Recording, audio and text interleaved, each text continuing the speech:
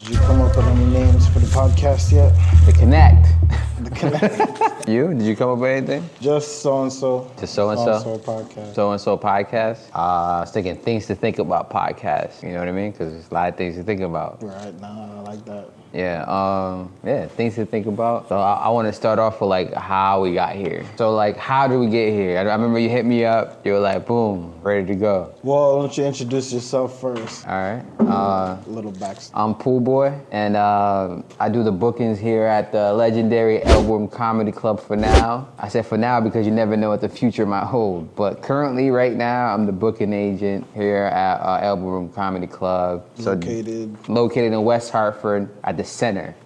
I call it the center of the earth because you see everybody here. Oh yeah, by the way, I'm from Hartford, Connecticut, the West End. I gotta put that there. Hartford, West Would you End. like to elaborate as to why? It just means I live in between Puerto Rico and Jamaica. That's all that means. Actually, I haven't came up with like a name. I migrated to this country at a very young age. So I grew up here in America on the East Coast. Born in Jamaica. Yeah, pop, pop. Damn, that wasn't loud at all. It'd be like, "Bup, bup." He said, Horrified. He said, pow, pow. Big up the Jamaicans, you know? That's how laid back he is. That pow, pow, he just went pow, pow. Let's see. I just work.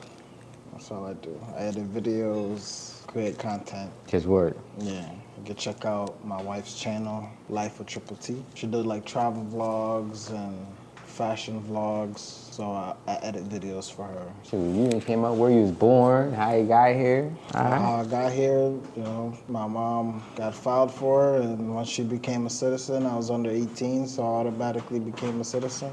I traveled back and forth every year as a kid to see my father during the summer.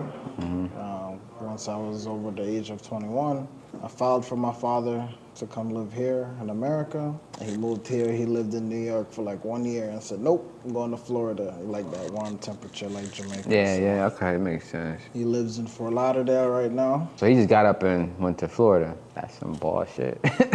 A lot of people just don't get up and go. A lot of people like to retire in Florida. It's known as the, yeah. retirement people. Then that's what he felt Sunshine like, State. yeah. So he liked the weather, and it's in America, so he can travel to Jamaica. It's not far. He's actually in Jamaica right now. Travels there so often. That's what's up. Things to think about. How do we get here? We've been wanting to do a podcast for a while. Well, we wanted to do like pretty much a podcast where we just said like an interview kind of channel. Where we interview up and coming people, try to connect people with other people that do different things. Right. So everybody can work together, elevate. How long have we been trying to do this? Like, man, time flies. 4 years? We could have been rich by now. If we just stay consistent. That's going to be hopefully that's not going to be a problem, but yeah, that's the consistency it's a problem. That's very important. I always considered myself the behind the scenes because I wasn't very interested in public speaking. Right. So I always wanted to be behind the scenes, edit the videos, play with the new technology because I love technology and cameras and computers and stuff like that. I was very interested in that stuff. Shooting, directing, editing, everything. And it's not easy. No.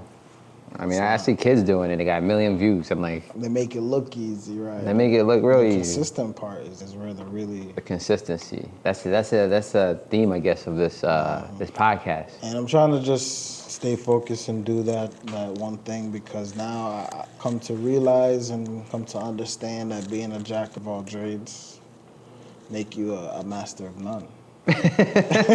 Heard that saying before. Exactly. Master of none. So now you got like focus on one thing. Yeah, because I was good at a lot of different. I wasn't really perfect at anything. Like I was really good at computers, but I'm sure I know there's things that even I can't understand, can't deal with. You're right, man. Because I feel like I'm the same way too. I like to do this, and then you're right, get nowhere. Like how we're talking now. We said it's been like 4 or 5 years. We started this, and then we started doing other things. And I know it's tough with trying to get everybody on the same page and right, because we're doing so many different things. How do you feel about this place so far? So far it's dope. It's immersive. In the basement? I grew up in the basement. Yeah, I think it kind of just starting. So this is like a good start point. Starting One point. day we have our own studio and stuff like that, and connect with a bunch of different people. Hopefully, have a staff. Yeah, now you looking down far in to the future, right? That's a lot of hard work to get there. We have to be consistent. Exactly. and getting there consistency. What topics did you come up with? Like, well, I want to start off with, how did we get here? How did we get here? It's kind of like a perfect situation. We got we got Are a you gonna place. say like exactly how we first met? Like how No, no, from like there to how not, did we not start like recording? how recently. How did we get here? Because oh, if you think about it, right, we didn't have a location ever. Maybe that's what was holding us back because we're trying to do it here, trying to do it there, and then all of a sudden I was like, yo, let's just meet up here, and then they're like, yeah, I could do what y'all want now. It's like, all right, now we're like, we got a spot. I have a spot. We have a I spot. feel like it's a nice location. On a Sunday, you got parking, highway It's quiet, around the yeah. corner. I'll tell you how I got here. So I'm doing the booking here at Elbow Room, and we've just been doing like a lot of bookings for other producers to come in, to do their own shows. That's how I started, and I started doing a lot more shows of my own. What ends up happening is not that many people want to produce shows. It's a lot of hard work. I end up getting a lot of dates. Do this day, because a lot of people not into it like that. So I just been consistency. I've been consistently just doing shows, which then turns into, all right, why don't you just run this? So now I got the access here, and the show has really been picking up. Like this past week, we did Fridays. I remember I couldn't even get on the stage. I had to be the door guy, you know what I mean? So now Friday and Saturday, two great shows, and now we're here, just being consistent. And then you hit me up, you're like, I'm ready, out of nowhere. And I was thinking for so long, like, what's next?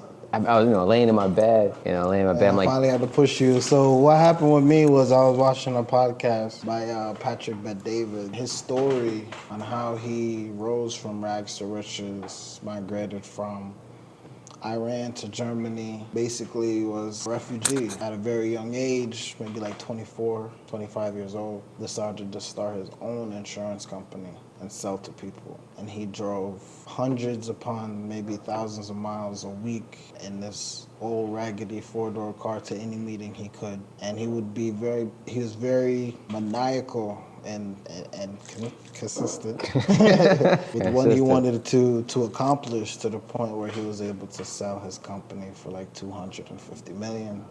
And now he does podcasts and does media because he was wondering what's next. And he was interested in media, so he decided to follow his dream because his appetite for it, I feel like the insurance world was kind of, all right, I'm at the top, now what's next kind of thing.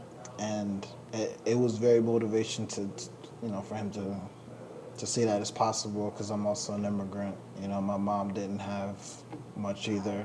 She's pretty much a single mom raising two kids, two boys. My father in another country, so he only helped when he could. There was no child support situations like that.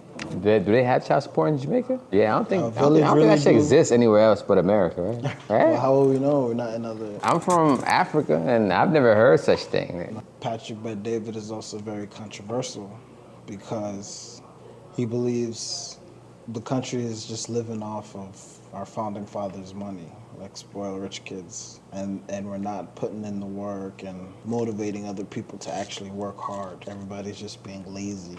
We're in America? Yeah.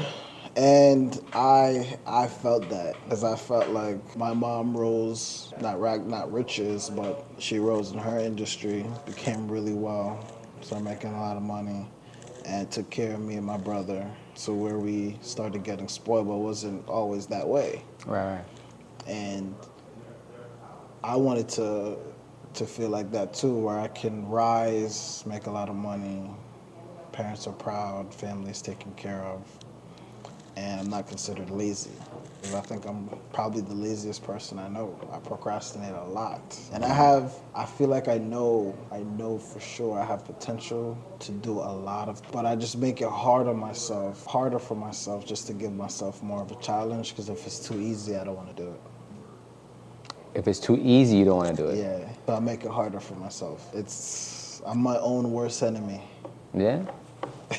Things to think about, right? I self-reflect a lot. I was telling somebody the other day, a big self-reflection moment for me was, I'm married now. We're both married. I've been with my wife 5 years, and maybe it was like a year ago, she went off to work, and while she was working, I cleaned the entire house from top to bottom, did all the laundry, took care of everything. Thinking to myself, oh, I'm gonna be rewarded for all my great efforts. Yeah. Right? House is spotless. She came home, and she just threw down her bag, went upstairs. I said, hi, babe. Went about her day. And I'm like, all right, maybe she just didn't notice. A couple minutes go by. She's still not saying anything. Just walking around the house. Basically. And I'm like, hello, you don't see that I cleaned the house and everything is spotless? She was like, yeah, well, you're supposed to do that. It's your house too. And I had to like really look at myself and self-reflect, like, damn, why should I be rewarded for something I'm supposed to be doing? What were you expecting? Just acknowledgement? Acknowledgement. But you didn't want nothing like you just wanted like I just wanted acknowledge. some super gratitude, right? Because you say you're lazy normally. Exactly. And that's so unlike a lot of you. times she initiates the cleaning, not me. And this time you Here's did the thing though, she does initiate the cleaning more, sorry babe, but she also creates the most mess. So I'm more organized in a way where I would put everything back where it's supposed to be when it's supposed to be. So you don't make a lot of mess. Maybe that's why you feel like you don't need it. I don't make a lot of mess, but I also clean up the mess that I do make. When she gets ready, for example, things are flung all over the place. She wears like 2-3 different outfits to see how they look together. So how does this look? Sometimes it's like I have my own personal fashion show. Right. And she'll be like, is this outfit okay? Is that outfit okay? And things are just, sometimes she leave lights on, stuff like that. And so me cleaning behind her mess now and cleaning my mess. You're expecting like, oh, you did a great job. Right? A big pat on the back, basically. But nothing. Yeah, I guess I'm in a different situation because if I like just vacuum, I would have been like, oh my God. Great job, buddy. Like, yeah, me.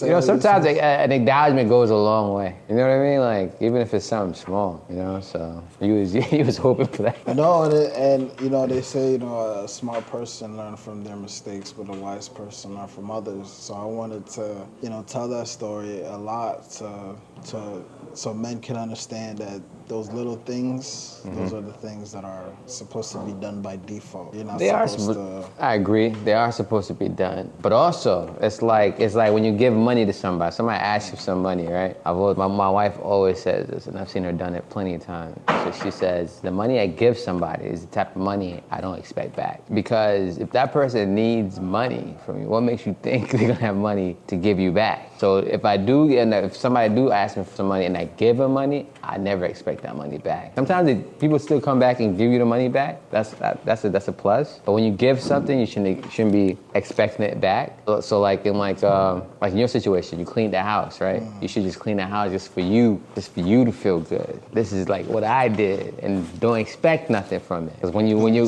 don't expect nothing. Because when you expected something, it made it feel like it leads to disappointment. Right. Even though you did some great. Yes, exactly. When you're expecting things from others, it always leads to disappointment. You should always do something because you want to do it. Because before the roles were reversed, where she's home all the time and I was to work every day. And when that was happening, she was doing most of the cleaning already at home. Right. So she's just expecting it to stay that way. But were you coming home and be like, honey, you did such a great job? Like, she's like, all right, when is your turn to clean now? I cleaned the bathroom last time, it's your turn now. And I'll be like, So I'm saying, like, when you were coming home from work, did you acknowledge, like, oh, you did a good job cleaning and all that? Can't say that I did, no. See? So you didn't, yeah, so that atmosphere wasn't. Yeah, because at that, you know, expectations. At that point, I was already knowing that she was going to do it, whether I said anything or not. You know what I mean? Yeah. And for the most part, I do clean up after myself. Like, if the sink is already empty, then I leave it, I leave it empty. A lot of times she'll make breakfast and leave, so the kitchen is full of stuff. So a lot of times, yeah, she may come home and the kitchen Still look the same. Still look the same, but other times she came home and the kitchen is completely clean. And a lot of times she does that too. So it's balanced. It's equal that way. But there's no acknowledgement. We did come with the deal that if I cook, you clean, and if you cook, I clean. That's interesting. I mean, everybody's relationship is different, Right. you know? So I'm in I guess I'm opposite. I don't do much. I don't do much, but like my wife is big. She's big on like, that's probably why she's a manager. You know what I mean? Because she encourages, acknowledges. If you do something little, it's big. So every time you feel like you're doing something, you know, you got a reason, you know, like you got a reason like to hustle, like why go so hard? And I know dudes be like, they be doing comedy too, but like, I can't keep a girl, you know, because you know, I got a whole wife, I got a whole 2 kids. Be like, yo, how you do it? Because my wife be like, all right, chase your dreams. I'll take care of this. And this time slot, you're allowed to chase your dreams and make them go as hard as possible, you know, and I'll take care of this. So when I get home, I want to do something for her, you know, like whether it's small, big, whatever. And I acknowledge her, she acknowledges me. I think that's kind of like I guess when you have kids, man, like it kind of changes because you encourage your kid all the time. Next thing you know, you're encouraging your wife or she's encouraging you. Yeah, I don't have any kids as yet. Yeah, I think that's like American culture. I think like all that like knowledge, like I think like it's American culture, yo. Oh yeah. Like how you like this like soft and like so like African women ain't like that. Some of them. I did hear it too, where they said, you know, hard men create soft times because they've. Let me take that to African women. I don't know all now. I'm not saying all of them. I want to get canceled for the first podcast. All right. I was gonna say. You're saying hard something creates a soft. Hard men create soft times, right? Yeah. And we're living off the freedom our ancestors got for us and just enjoying life. Yeah, I think we are enjoying life. But are we making it better? That's what I want to do now because my sister pointed out to me that I've pretty much done it. I've actually already am living a lot of people's dreams. I got the house, the car, the wife. And you're not, for the some job reason, that supports it all. for some reason you're not satisfied. No, I'm not. Because you are living a lot of people's dreams. I don't know. For some You're like, reason, I'm lazy, but you got 2 houses. and I'm still hungry. Yeah. Yeah. Yeah, I do. There's really no way feel it somebody's well. lazy got 2 houses. You know, this just doesn't happen. I know lazy dudes. They ain't got 2 houses. I know. It's always like somebody always worse, right? Like I think Yeah. I'm lazy. I'm sure there's a lot of people a lot lazier. I think I do a lot, but there's some people that just trumps me, can make me look like I do nothing. I mean, that's life, right? Somebody's always gonna be doing better than you, or somebody's else gonna be doing worse than you. I've had that self-reflection also. I don't need to always have my cake and eat it too. I can just be grateful with what I have. Yeah, and work towards whatever is next. Yeah, what you want to do. So right now, I want to, I guess, motivate and elevate people that close to me. Let me ask you something, right? Do you do anything currently right now that's meaningful to you? Yeah, like me, you're like, damn, change this person, or like something just makes you feel satisfied. Like when you lay in bed, you be like, damn, I gave him all. Like today was lit. I gave him my all to that. Do you ever feel like that? I want to say, yeah, I do. Whenever, you know, my wife is like super happy and super like affectionate, I feel like, yeah, I deserve this. Like I be doing like a lot of stuff for her sometimes. So like I said, I edit the videos. I gotta record them too. Yeah. Sometimes I gotta drive her up and down, helping her support her dreams. 'Cause right now it feels like the only meaningful thing. I think I probably told you the story. Like it was like a couple of shows ago. I've done so many shows I lost count, yo. But like one show, I mean, I worked hard, bro. I came here like a setup, boom, boom, boom, boom. Guess how much money I made? Nothing, no money. When I laid in that bed, yo, I looked up, I said, yo, that was a good show. It was a good night. People were there, people in the seats. You help other people. I help other people make money. But I felt like my role contributed to the overall success. Even some people might not have to see it, you know what I mean? And I didn't expect nothing back. That's kind of what I wanted to do, be a part of the team. And I think that's this is what's next. Like you said, right? A lot of people know us behind the scenes. Yeah, a lot of I don't know if I should cuss on this. Motherfuckers, a lot of people know us, but we always behind this kind of thing. Like you said, you helping your wife, but you doing the video editing. You know, like that's all the behind the scenes things. Like people produce. Some people come here and they be walking by, like walk past me. They be like, oh man, this was a good time, yo. And who? They be like at the end of the night, they be like, yo, who that talk to, like, to get this place? I'm like me? Like you? They were like, oh, snap. shocked, right? Yeah, so like, I kind of like that too, but now I think it's time to get this money, you know? My wife wants to go to Jamaica. And we can help you with that. I need My some wife's a bread. travel agent as well. So Yeah, I know, but I'm saying I need the bread. Oh, right. Bread We can hook first. you up with I nice could go to price. Jamaica, but I ain't gonna be the same when I get back. It's probably gonna be on credits. That's another thing about America. Credit cards. I know there's a stereotype that a lot of Americans are rich, but I Credit. don't think they look at the stereotype that a lot of Americans are in debt. Yeah. So I think almost everybody's in debt. The 10% of the population in America makes over 100 grand. Yeah, it's not that much. It's not that much. No. So it's actually pretty weird. Elon Musk is in debt. He used a loan to buy Twitter. Even though on paper he's the richest, but he's still in debt. Right, because that's what they say that his net worth is his assets combined. Right. It's not cash on hand. That's something to think about. Yeah, people It's do. just people In really America, you're think. right. People do look rich on paper and by sight. You like, damn, they got a car, which is not paid for. They got like a house, which is not paid for. So there's lines of credit. You can even go buy clothes and shoes on credit. Another thing to think about as well, a lot of the stereotypes, it's easy to start a business and make money here. The average it takes once you start the business is hard. 5 years before you start making a profit. So as soon as you open that business door, you're in debt. Yo, I've been doing comedy for 4 years. I just started to see some money. And it's not like money that'll change my life. Money probably pay like a phone bill here or there. 4 years, non-stop. And I'm just beginning. And it's not even where I thought this place would be. Like, we're not even there yet, but like, it's hard work. You're right. If it wasn't for the support like the people give us here, I would think it's hard work. Started YouTube probably 10 years ago. Maybe it was 2020, so 3 years from now, so 8 years. Or we just need some viral moment. We just gotta be ready for it. We gotta be consistently working to that moment. No, I mean, I did the research and I understand. So as long as we stay consistent, like you said, and put out a lot of content. Interview interesting people, very interesting people. Not just, we gotta interview people that's gonna be like, huh. And we give the people opportunities to also provide guests that they think, Right, that would be dope. right, that we should interview as well. And this location is cool. It's cool because we got a hotel, like a top, the Del Mar. You can edit that part because they ain't pay us shit. We got them. You got a couple hotels. Like, we can get there. We just gotta be consistent. I think we can get there. We got a spot. We gotta utilize our resources.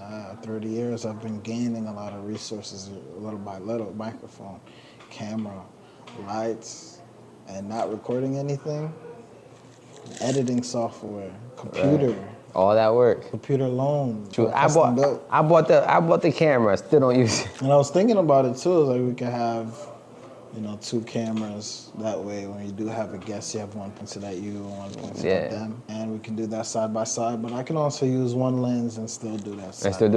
You just have to put it in an angle like this. And you still do that. Yo, there's a reason why you learn all those things to lead us to this moment. So it's to apply the knowledge that I've gained. I've learned a lot of editing hacks, things that make my time editing faster.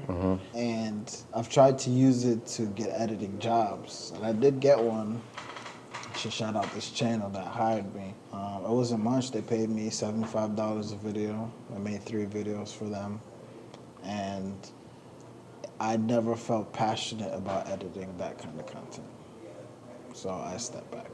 Because you weren't passionate about it. I knew the $75 is just... Because when you're editing it, the stuff didn't make you laugh, and it make you like, oh, shit, let me go back. You gotta be, the content itself gotta be interesting to you. Exactly. Or it has to be something that I've created, that I've recorded or knew it was being recorded or had a part of in some way, somehow. Like a lot of my wife's videos, I'm the one holding the camera, telling her, directing her. Gotta be consistent, man. Yeah, I work every day, man, 7 days a week.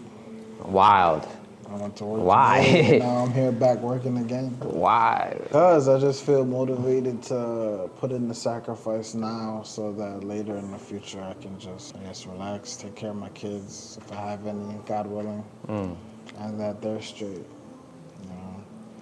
All right. My wife wants to live her dreams as well and accomplish her goals, and she's doing that now. Yeah. So the next step she feels is to have a baby, and she's just waiting for the right time for it to happen. Yeah, I got time, man. We just had our second child. And we're like, what, 30? And how was that, man? How was the stages of fatherhood?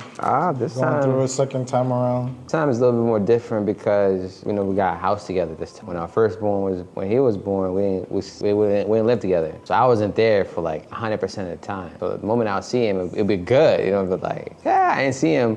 Like I'd go probably a couple days without seeing him, and then I'll see him. Or like, you know, she would switch him, drop him off, but then pick him back up and go back home. So it was like on and off. Because you guys weren't living together at the Yeah, we time. weren't living together in two different cities too. So it was like, it was like a blur, you know what I mean? Until we moved in together, but at that time he was like 1 or 2. So I was like, all right, it was good. And now around that time, there was more family around, like living like right here, so a lot of help. Support. A lot of support. And people, you know, it was 13 years ago. So people, now, a little bit more different because everybody's grown up. 13 years ago, like the brothers-in-law, the cousins, they got their own lives going on. Yeah, they're busy too. Yeah, so now it's just me and her and our son and now our new son. So we there 100% of the time. I like it. He just smiles at you. He just wants to eat. But you learn a lot though, especially when they're young, like just a baby. You don't need much. You just want to eat. And a baby has a full day, like a full real human day.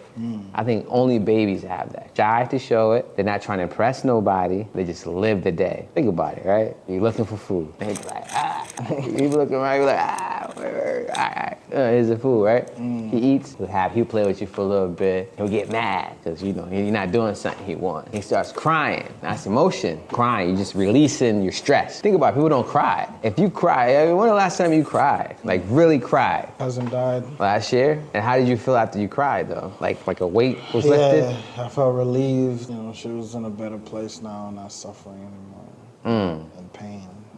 Right. So like crying releases stress, I think. And the baby cries. Then 5 minutes later, he's laughing. I think it's like if you have all these emotions in one day, at the end of the day, I'm looking at him like, man, this guy's living a full day. Like a full. He doesn't care what people think about him because he don't know yet. He don't care what's happening around the world. He wants to do these things in that day. And then I look at my other son, he's 13 now. Now I see him like change person. He doesn't do those things anymore. He's holding some things in. So sometimes you don't know what your child is going through fully. You know what I mean? But you learn different stages. But my new son, and he don't like to sleep. It's different. Cause he be mad when he fall asleep. He's get up right away. He's like, damn it. Damn. So he missed something. I'm like, damn, man, this guy. I think he's just gonna be the type of person who he's gonna go all out. You can already tell that. You could tell, yo. Cause my other He's son, like, he was how chill. old is he? 4 months now. 4 months, and you can already tell that. You could tell. Cause my other son, now you could after he had another kid for so long. How old's your other son? 13. That's a big gap. It's a huge gap. So you learned a lot from our first one to the second one, but now I see it. Like I go back and think about how he was. He was more chill. He was observant. This dude, I remember a lady said, like, oh wow, because she looked at him, she was talking, she's like, and he just smiled at her. He's like, he did this little laugh. He does this little laugh. He does one thing with his like this. She's like, He then he starts really laughing. When you're excited, he does this thing. So it's like he knows how to like change your mood, and he gets it like that. Cause he look at you, and you just playing with him like this. He's like, you ain't for real. Until you do something, he does a smile, and you like it brightens your day somehow. That's how he knows. Like I'm like, so the lady said this guy he has a high level emotional intelligence. So he gonna be a problem, right? He gonna play me like a fool. You're gonna get all the girls too, because if it's high emotional intelligence. So I'm like, gonna have their emotions exactly where he wants them. Yeah, exactly. At any time. That's actually learns how to hone it and don't do it based off his own emotions. And then that's where the parent comes in. You have to foster this person. This person is who they are. From this moment, they are who they are. You just have to foster it. Yeah. Give them everything they need. Yeah, I'm somewhat proud of you that you're very involved in your son's lives. And I appreciate it, man. If I wasn't, my wife should have Tell her brothers, go get that. Take you out, right? Go get Right, Nah, you that's need a my- strong my- woman, but I'm telling you, Yeah, man, my people kids is, need their father. Oh, yeah, They yeah, need yeah. their- Nah, real talk. And I've met those that don't have one or Mm-hmm. have one that doesn't care and how it affects them. And Yeah. I don't want my kids to be like that. I don't want my kids to be without one. I couldn't imagine growing up without her. I see some people go through it. I couldn't imagine. Like you said, you came here because your Right, mom 'cause I had came to I had a America. father, but he was in another country my whole life. Right. Until recently, even though he wasn't here, when I went there, I was with him. So it was like I seen him all the time almost. Still felt that way. Mm. Yeah, I mean, you see how fast this year has gone by. It's almost over. My news says it's only 4 months. He's I on would his spend leg. like 3 months, whole summer in Jamaica, because when you're here, there was no summer school. I didn't have to go to summer school until that year I transitioned from middle school to high school. Mm-hmm. That was like the first year I didn't go to Jamaica. I stayed Here. here. I remember the times in middle school when I would come back from Jamaica and I would have to do this summer packet In Jamaica? from the middle school here. Oh, yeah. And there was another time I went to Jamaica over the summer and I went to visit my godmother and she worked at a school. They dropped me off at the school where she worked and told me to just chill there with her because my father had to go to work himself, but he couldn't bring me along. Mm. And she basically told me to sit down in one of the classrooms. So I went into this classroom. Imagine, man, you're in another country, you're on vacation, they're telling you to go sit in a classroom. All day. I'm like, The I'm heck? really at school right now? I don't go to this school. I sat in the back of the class and immediately the teacher was like, where are you from in Jamaica? I mean, in America? And have you seen the George Washington Bridge in New York? And asked me all these questions about New York. I'm in Connecticut. New I York. live in Connecticut. I did fly out of New York, JFK, out of the airport. I think I crossed the George Washington Bridge. I was a wild experience, man. The school felt different. They had to wear uniforms. And Oh yeah, I mean, I grew up in Africa too. Yeah, we went there one time. Then one day, my pops just showed up with like a suitcase. It was like, "Nah, I want nothing to eat." He was like, "Where we going?" He just get in the car. And they're like, "Oh, go pack." He was like, "Yeah, go." He's like, "Matter of fact, don't even pack." Everybody can have they can have your things. And we got on a plane. We ain't go to like his neighborhood, nothing. I just seen him. He was like, "Oh yeah, get in the car." And then we I came up here. respect that he came back for y'all. That's Yeah, because I remember, so we was living with our aunt for like 2 years while our parents was up here getting their things together. Because he didn't want to stay up here. He wanted to go back. My mom was like, "Nah, I want my kids to go to school up here." So I was like, all right. So he came down. But when we was living with our aunts for like 2 years, the kids and their buddies tell us like, "Man, y'all stuck here." And say, "Yo, they ain't coming back for y'all." I was like, damn. He ain't coming I'm like, in my mind, because I know my pop. He coming back? Nah, I ain't. Y'all niggas is here.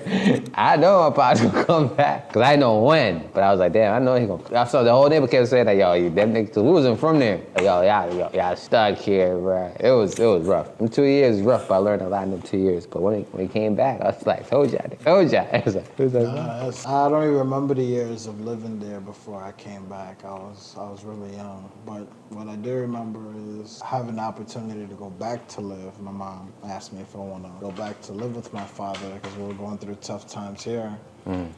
My father was like, "Hell no.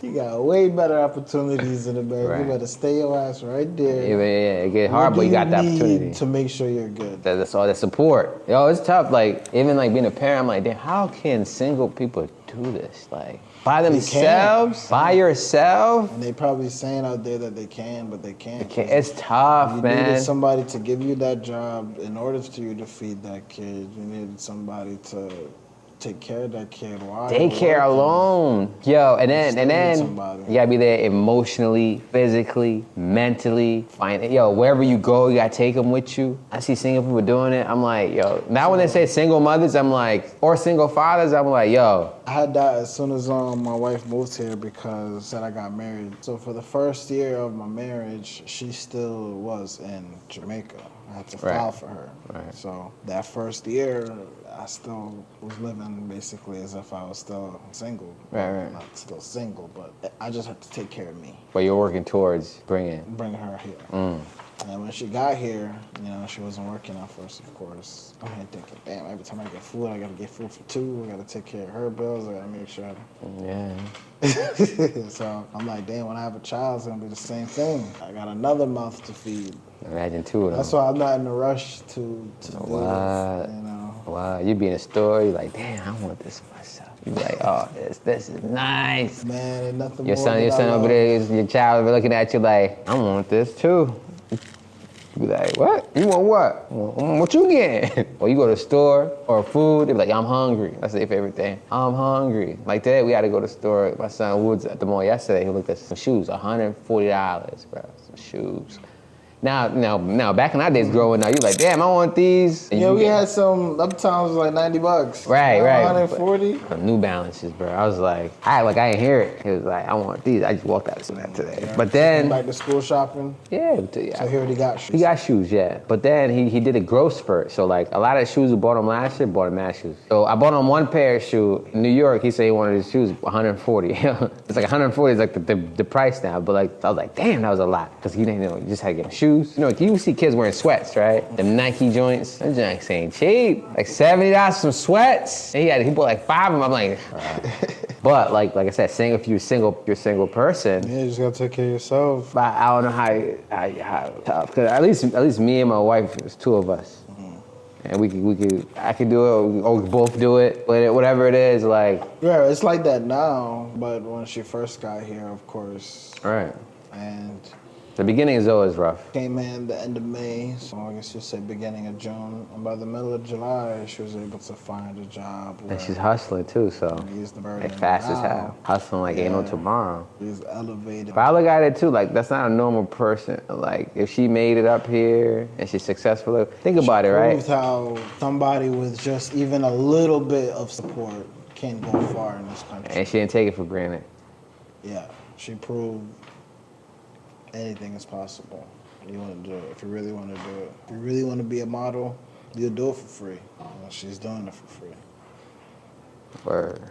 You know, if you really want to get the high level paying jobs, you got to get the degree, and she got the degree. You know, Oh, yeah. spent a lot of late nights up doing homework, telling my mom. She got like, she wants to do a lot of things, man. Yeah, we're gonna have her on as well as a guest. You know, she can also promote her stuff as well, like we're promoting it, but straight from the horse's mouth. And you can pick her brain about her journey and what she went through.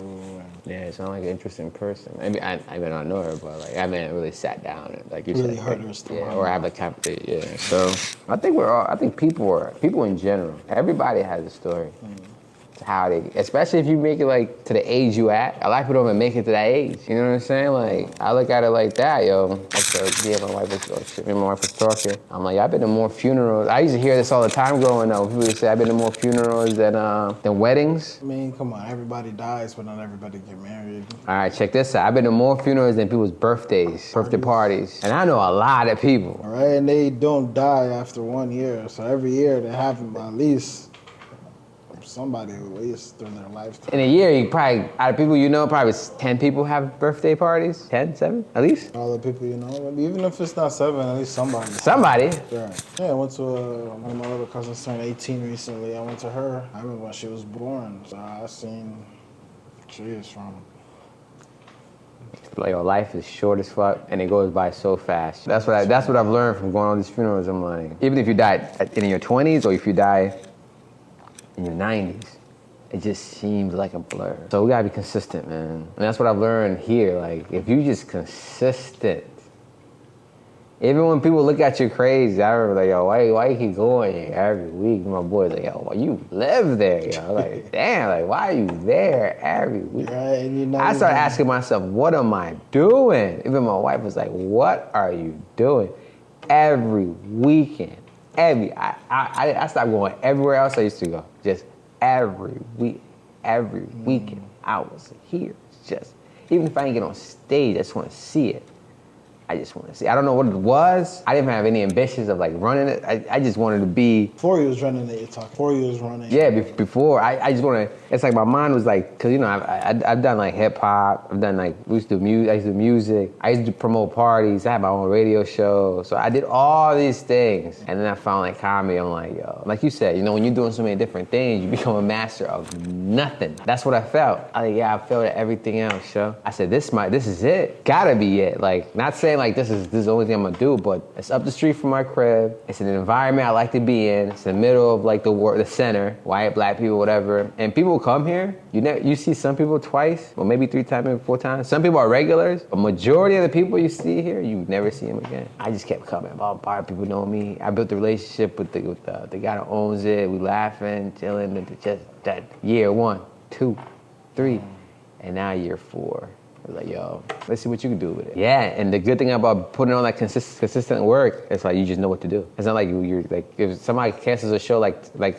yesterday, I didn't have a show planned. So I'm like, I can't do the show. I'm like, all right, no panic. Just like, all right, cool. I'm gonna hit up, boom, boom, boom, boom, boom, boom. They're like, yo, we good to go. All right, create the flyer, boom, boom. All in one day. One day. The next day, we sold 15 tickets. And you think about it, I don't even promote it. I don't even promote no more. Like, you'll never see me say, yo, I put a flyer, or like, yo, come to this show, boom. I stopped doing that. Then you put it on Eventbrite, right? I put an Eventbrite. That's the only thing I put it on. But I no longer promote. Like, yo, come to my, I learned, like, by the time people are really, really gonna come, it's gonna be the time where it's happening now. Like, they come. Yeah, because word of mouth. You tell the people that come, like, yo, tell your friends, tell your family. I seen some college people come. My old college friends came here one time. They're like, oh, I was at the door. They were like, oh man, you doing comedy? Well, that's what's up, man. What you doing? I said, I'm just at the door, hand on the door. The comedians came up to me and they was like, yo, this is the man.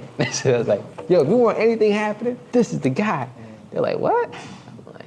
I'm like, They're like, damn, how come you don't say nothing about this? I said, because I'm not there yet. I'm not to the point where I'm going to say, yo, come check this show. By the time I say, yo, come check this show out, you're going to see me on the front and I'm performing that. I could not picture you as a comedian. Yeah. Me neither. Funny, but like to perform? I ain't that funny. Yeah, right? I'm not that funny. Yo, but your first joke when you came out had me dying. I really did not expect that. Nobody expects that. Yeah, I guess people are off. And somebody told me to say that. A crowd person told me to say that. Yeah. No, I think it was like, is it the one I'll fuck your mom? Something like that? Which joke you talking about? I got so many shits. The one with the dog was fun. Who has a dog? Who has a dog?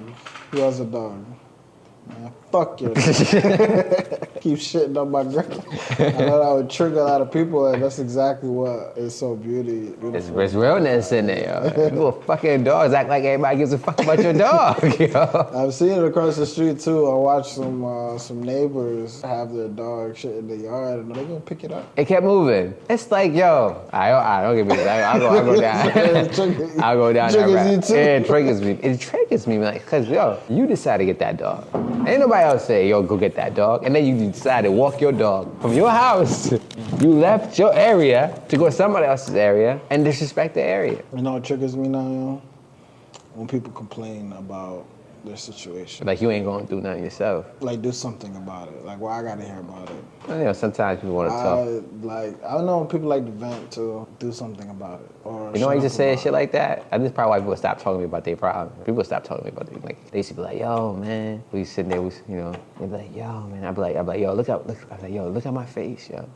They're looking at me, I'm like, you see my face? I was like, yeah. I said, do I look like I give a fuck? Yeah. I used to say that. It's harsh like that. Yeah, I used to say that shit. And they're like, damn. I'm like, yeah, I think because I'm always like calm and laid back. People would tend to vent or let out their problems. Have that they're calm too, so they feel like they're comfortable to talk about, I guess, their problems or what they're going through. And I guess sometimes it's good to vent to somebody. Lately, I've been telling them to self-reflect. I was like, all right, well, if that's your problem, like, what are you doing about it? Or how you know you're not the problem if they're the problem, talking about a problem with somebody else. Do you look at yourself? Are you perfect? That's real shit. Are you perfect? Exactly. So. Are you perfect? Yeah, you complain about your man, but what are you doing to be the woman that he's proud of? If a man complain about his girl, then yeah, I just feel like that's something you don't Tell talk them what about. my dad used to tell me. Like, we don't like fishes in the sea, but there's plenty of pebbles on the beach. That's deep. I don't know what that means. You gotta tell me off camera. Many different pebbles with curves and smoothness and many different colors and stuff like that. So, You don't have to go to the fish. I mean, you don't have to go to the sea. right. Yeah, when I used to go to Cape Cod, that's what I did, the little rocks. I'm like, damn, this shit's beautiful. Some people out there fishing. I'm over there like, oh, this rock is beautiful. Yeah, I used to collect marbles, believe it or not. Yeah, like I had, this shit. a bunch of People want to designs. catch something that's alive, and then just to fuck with it, and then throw it back in there. I didn't like that one. So you fucking fucked up the nigga mouth. You know, fish don't feel pain. Who says who? They don't have any pain nerves. Really? You asking fish that? Has anybody talked to a fish lately? A lot of people have. Somebody talked to a fish, and the fish said, I don't feel pain? Is that a real thing? Fish don't feel pain? I think we gotta keep doing this shit. I think even the word for today was consistency. I think if we stay consistent and really bringing in interviews where we're excited about, it's gonna keep us to do it. We gotta be excited about our guests. That's the only way we're gonna be interested in this thing. If we interview somebody we're not interested in, why would somebody watch to be interested? So they may be interested. But yeah, but it starts with us being interested. This is like how I learned doing comedy, like, right? Like, how do I book my comedians? Or how do I book the comedians to a show? It's the people I find interesting. Not to say some people are not interesting. I got a lot of people hit me up like, yo, I'm trying to do, can you put me, you know? But you're just not that interesting to me. Not saying you're not interesting, but to me, so why would I put you on the stage if I'm not even interested in you? And sometimes I'd be like, not watch it. I might not watch this, you know? No, I understand. Be interested in what you do and stay consistent. How? Just end it like that. Yeah.